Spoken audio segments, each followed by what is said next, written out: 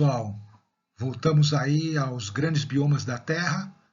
Depois de eu ter apresentado algumas características gerais dos biomas de floresta tropical, de floresta temperada e de deserto, hoje eu vou iniciar algumas aulas falando sobre um conjunto de biomas que são os biomas de campos. Os campos, eles podem ser tanto campos de climas frios, aqui em inglês chamados de grassland, ou de clima quente, que é a nossa conhecida savana, o nosso cerrado brasileiro.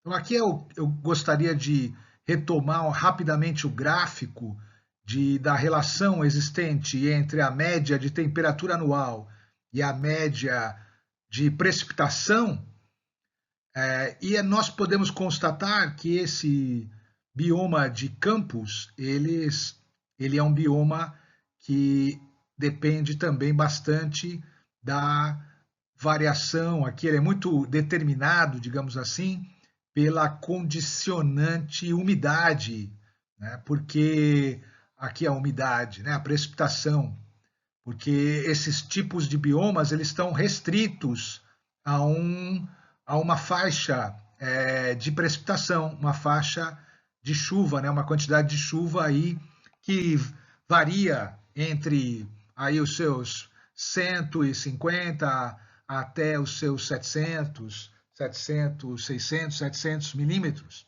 Tá? São regiões subúmidas, quase desertos, quase semidesertos, né? Bom, é importante mais uma vez lembrar que nós estamos tratando de uma grande generalização, né? Tentando enquadrar todos os biomas da Terra dentro de um conjunto de 7 grandes biomas, né? Seriam a floresta tropical, a floresta temperada, a taiga, a tundra, o deserto, os campos de clima frio e os campos de clima quente. Bom, o importante para nós iniciarmos a falar aí dos climas, dos biomas de campos, independente se eles estão de clima frio ou de clima quente, que são caracterizados pela predominância de gramíneas. Os campos são extensões, superfícies muito extensas, dominadas por gramíneas. O que é uma gramínea? Uma gramínea parece simples, né? É uma planta simples, tem raízes, tronco, tem folhas estreitas, alongadas.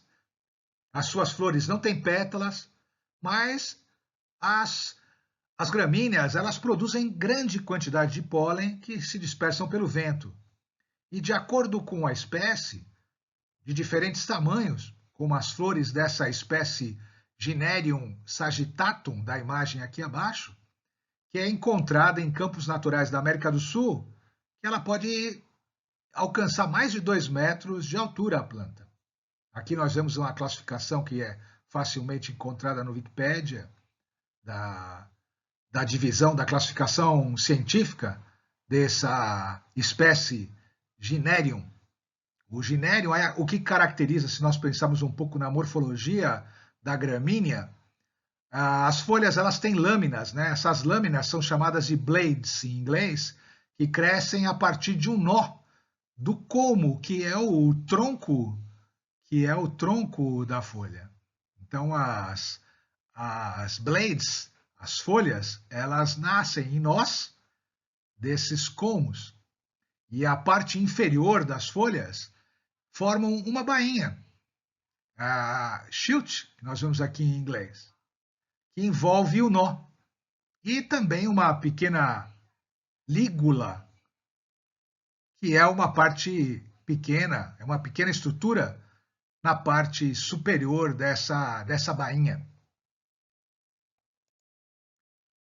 Importante considerar aqui que algumas imagens, né? A Sinodon, que é essa bermuda grass, ela tem um tronco, que é chamado na morfologia vegetal de estolão ou estolho, que é rasteiro, mas ele pode ser aéreo ou subterrâneo.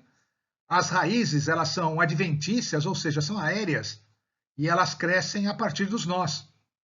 E os ramos, eles são, em inglês aqui, os tilers, dos colmos, eles crescem em intervalos ao longo do estolho, produzindo aí as novas plantas.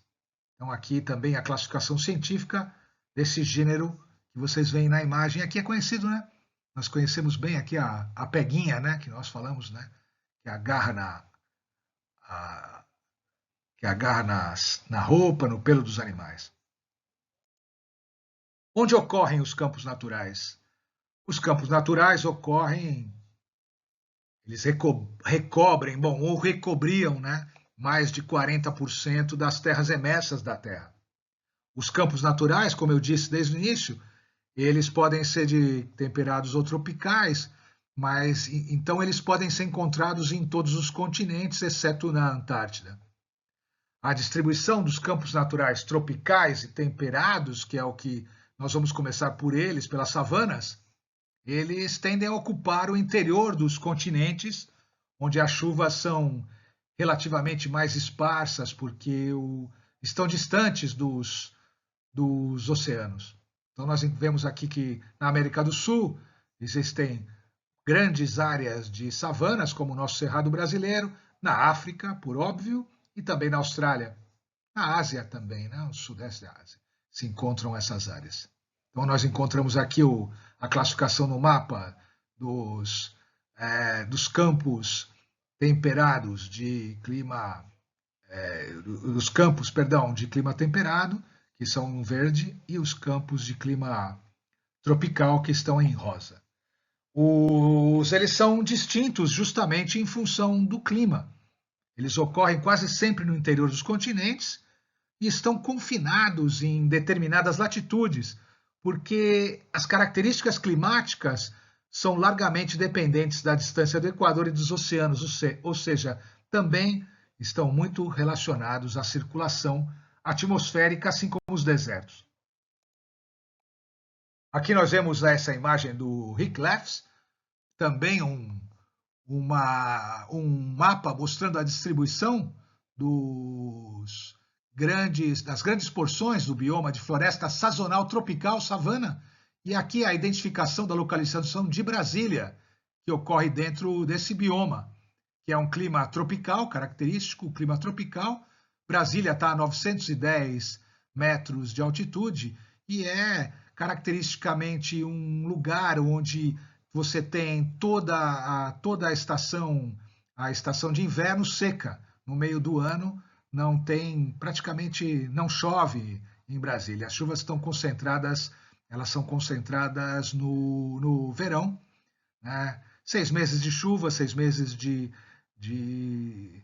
seca, mais ou menos assim, né? Lembre-se que é uma grande generalização, tá certo? Aqui uma imagem das árvores de acácia com ninhos de tecelão, no Quênia, no leste da África, e aqui embaixo a savana tropical da Bacia do Orinoco, no leste da Colômbia. Aqui está mostrando o gráfico, mostrando essa relação de temperatura decrescente à direita, a precipitação crescente para cima, e a posição que estaria nesse gráfico, uma floresta subtropical ou tropical, característica de savana. O nome savana ele foi usado pela primeira vez para denominar os campos naturais de ilhas do Caribe e das Américas Central e do Sul. O termo ele é aplicado para qualquer campo natural localizado em regiões com inverno seco e verão chuvoso, como em Brasília, mas que tenham temperatura média sempre superior aos 18 graus. Como essa grande porção de distribuição, né, de savana na África que vocês veem aí na imagem à direita, no mapa à direita. Atualmente, a palavra savana é especialmente associada com a África. Talvez porque os animais da savana africana, eles foram muito amplamente apresentados em programas de televisão. Quando chove na savana, as tempestades são intensas e os raios, eles são capazes de provocar incêndios naturais nesses biomas, fazem parte, inclusive, do processo de quebra de dormência de algumas sementes. Lembrem-se que as sementes dessas gramíneas, elas entram, e de outras plantas, elas entram em dormência no período seco, e quando as chuvas retomam, esse ambiente está propício para incêndios, né? A vegetação, uma palha, as chuvas começam e os raios facilmente colocam fogo nesses ambientes. Nós conhecemos bem essa situação no Brasil. Aqui essa imagem é no Serengeti, na planície do Serengeti, na África. Aqui, exatamente o que eu comentei, o fogo no delta do Okavango, no Botsuana. O fogo, ele chega a consumir 70% da savana a cada ano na África, segundo informações aí do Alabai. Né? Bom, como eu disse, na América do Sul, no Brasil, também nós temos o Tropical Grasslands, os campos tropicais. Os campos, eles ocupam as regiões secas e eles estão aí nos limites com as florestas. Essa é uma grande área que a gente tem no Brasil, né? Muito associada tanto com a savana quanto a floresta amazônica. No Brasil, o Manual de Vegetação Brasileira, do IBGE, ele classifica aí o cerrado como savana. E aí, como aqui eu coloquei essa classificação em savana cerrado, savana florestada cerradão, savana arborizada campo cerrado, savana parque, savana gramíneo lenhosa, savana estépica, olha aqui a nossa caatinga do sertão árido, Campos de Roraima, Chaco sul-mato-grossense, Parque do Espinilho da Barra do Rio Quaraí, savana estépica florestada, savana estépica arborizada, savana estépica parque, savana estépica gramíneo lenhosa, estepe, Campos Gerais Planálticos, Campanha Gaúcha, olha aqui, campos de ambiente frio, a estepe, a nossa caatinga é classificada como uma estepe, como uma savana estépica, né? Como eu disse para vocês.